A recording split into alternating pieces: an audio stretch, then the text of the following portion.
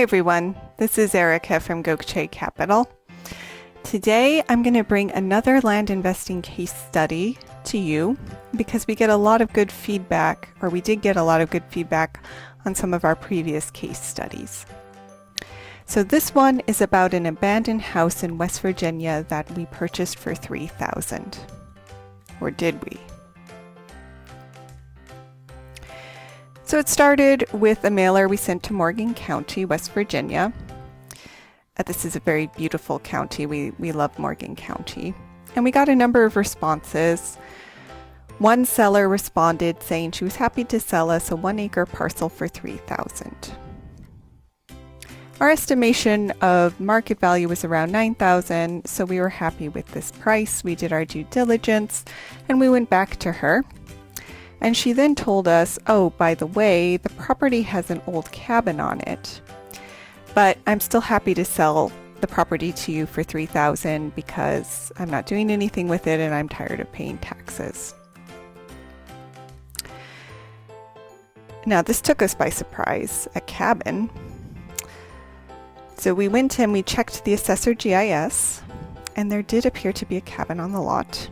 You can see that here in this image. There's a little cabin in the southeast corner there. So now we got really excited because a cabin, even a small cabin that needed a lot of work, could easily sell for $30,000.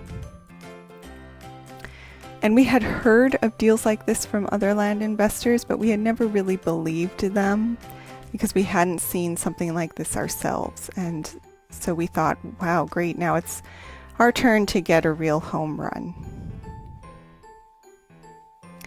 So of course we ran and bought the property as quickly as we could, and we had a photographer go out. And the photographer confirmed there was a cabin on the lot. As you can see from the image, it isn't in the best shape, but it's still a cabin. There's electricity hooked up to it already. Certainly more marketable than vacant land. Now we took a look at these photos and we talked amongst ourselves, and we decided, well, we think we could still probably get $30,000, but let's not be greedy. Let's sell for less than our estimation of market value. Let someone get a good deal on this like we did.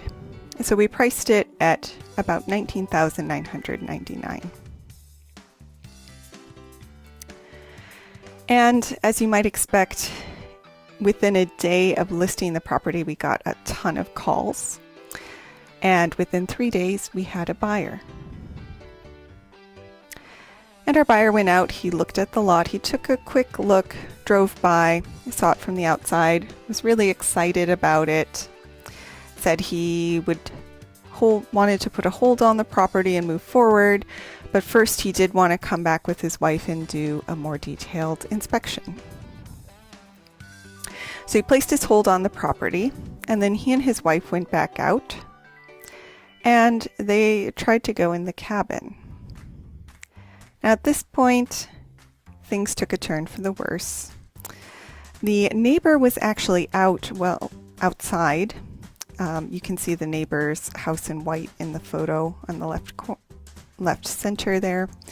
So she was outside, she saw them trying to go in, she walked over, and she told our buyer that the cabin was actually hers.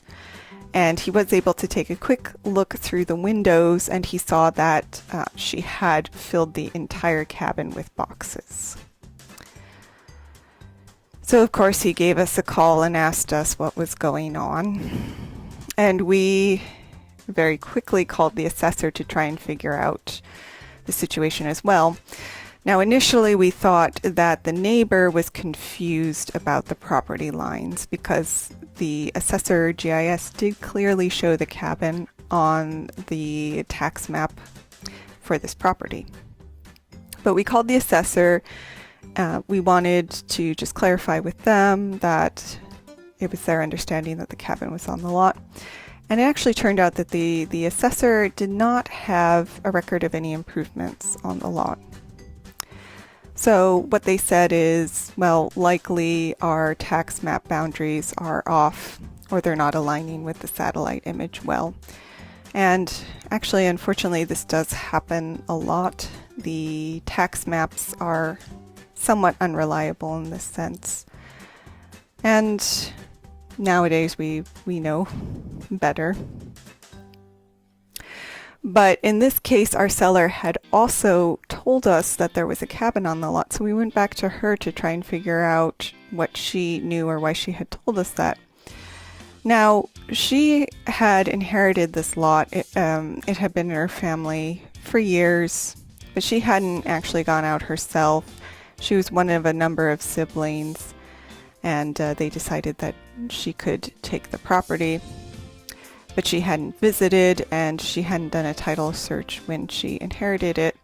So she was likely just looking at the tax map and had assumed that the cabin was on the property. So in the end, of course, we had to lower the price dramatically. And we apologized to our buyer. We did end up selling it, and we did end up selling it for more than we bought it for. So it was definitely not a loss, but it was not the home run that we thought it would be. And of course, we should have known better. We should have verified with the assessor at the very beginning and make sure that there were at least improvements assessed on the lot. But we got a little too excited. So a warning to all of you out there, do not do what we did and get overly excited about a deal that looks like a home run. Maybe it is, but it also could be too good to be true.